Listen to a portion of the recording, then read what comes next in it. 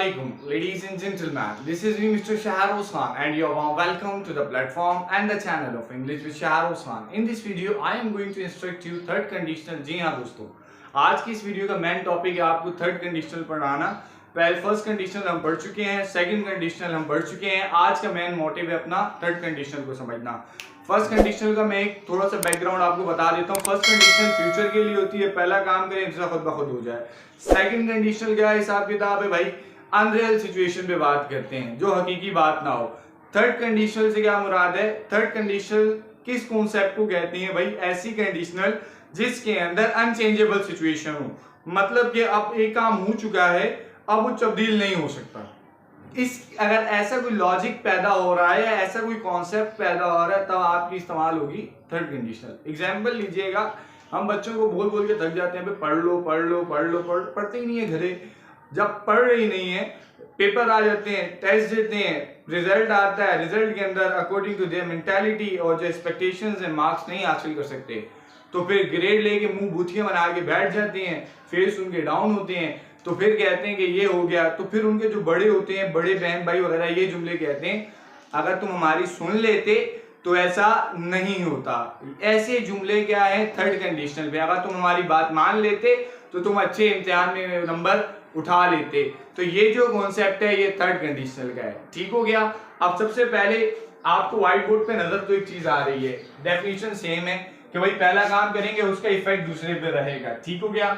इसका फॉर्मूला है if plus past perfect comma subject plus would have plus verb की third form plus object. दोबारा बोल रहा हूं, if plus past perfect comma subject plus would have plus होगा, यहाँ पे सॉरी कोमा नहीं है, ठीक है, plus would have plus verb की थर्ड फॉर्म प्लस ऑब्जेक्ट। यहाँ पे मैंने स्ट्रक्चर के लिहाज से यहाँ पे फॉर्मूला लिख दिया है, subject plus head plus verb की कौन सी फॉर्म है जनाब, थर्ड फॉर्म है, और फिर आगे ऑब्जेक्ट आ रहा है। That's it. ये फॉर्मूला है थर्ड कंडीशनल का। मैं फर्स्ट कंडीशनल सेकंड कंडीशनल बता चुका हूँ, ये थर्ड कंडीशनल है। थर्ड कंडीशनल क्या कॉन्सेप्ट देता है, अनचेंजेबल सिचुएशन, मतलब एक काम हो चुका है अब उसका फायदा नहीं। कहते हैं ना, अब चिड़िया चुग गई खेत अब क्या फायदा, water has hit the floor English के अंदर कहते हैं अब फायदा नहीं है, टाइम गुजर चुका है। तो ये जुमला होता है। ठीक है, अगर आप पढ़ लेते तो अच्छे नंबर ले लेते। कई लोग जो हेलमेट नहीं पहनते हैं, उनके घर वाले कहते हैं भाई हेलमेट पहन के गाड़ी चलाया करो, पहन के गाड़ी चलाया करो, नहीं सुनते। फिर एक टाइम आता है गिर जाते हैं बाइक से, फेस पे सर पे चोट लग जाती है, तो बोलते हैं वो सर पड़ गया। तो फिर जुमला क्या इस्तेमाल होता है, अगर तुम हमारी मान लेते तो तुम्हारे को सर पे चोट नहीं लगती। ये है आपकी क्या जनाब, थर्ड कंडीशनल है। चलिए इसके कुछ जुमले बना लेते हैं। जैसे मैंने अभी आपको एक जुमला कह दिया कि अगर आप इम्तिहान में पढ़ लेते तो आप इम्तिहान में अच्छे नंबर ले लेते। ठीक है, जुमला यही है, लॉजिक यही है। जो अब सामने देखते हैं, पहला क्या है, अगर आप पढ़ लेते, if you past perfect, if you had studied, past perfect आ गया। फिर यहाँ पे क्या आएगा, कोमा आएगा। if you had studied, आप इम्तिहान में अच्छे नंबर ले लेते, you would have, get की थर्ड फॉर्म क्या है, gotten, ये got भी होती है, ठीक है, gotten good marks in exam।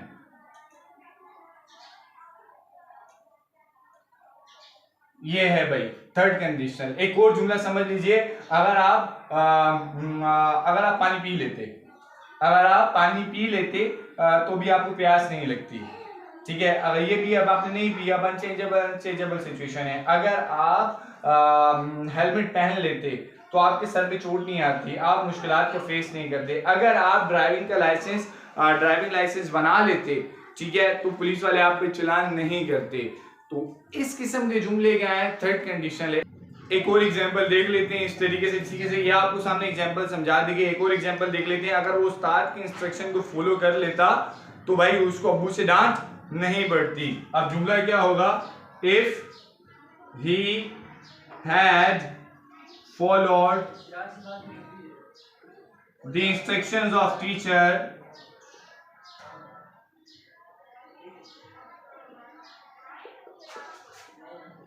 Of teacher. ठीक है, ये फर्स्ट इफ क्लोज है। ठीक है, if he had followed the instruction of teachers, उसको अब्बू से डांट नहीं पड़ती। ही would not have been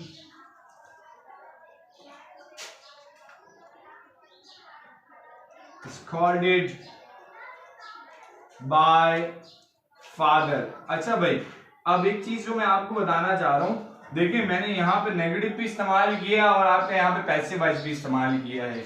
conditional sentences के अंदर आपका नेगेटिव भी आ सकता है, आपके पैसिव के कॉन्सेप्ट भी आ सकते हैं, ठीक है। एक्टिव भी इस्तेमाल हो सकता है, पैसिव भी इस्तेमाल हो सकता है। और एक और चीज जो मैं आपको पहले बाकी कंडीशन में भी बताई है, इस कंडीशन में भी बता देता हूँ।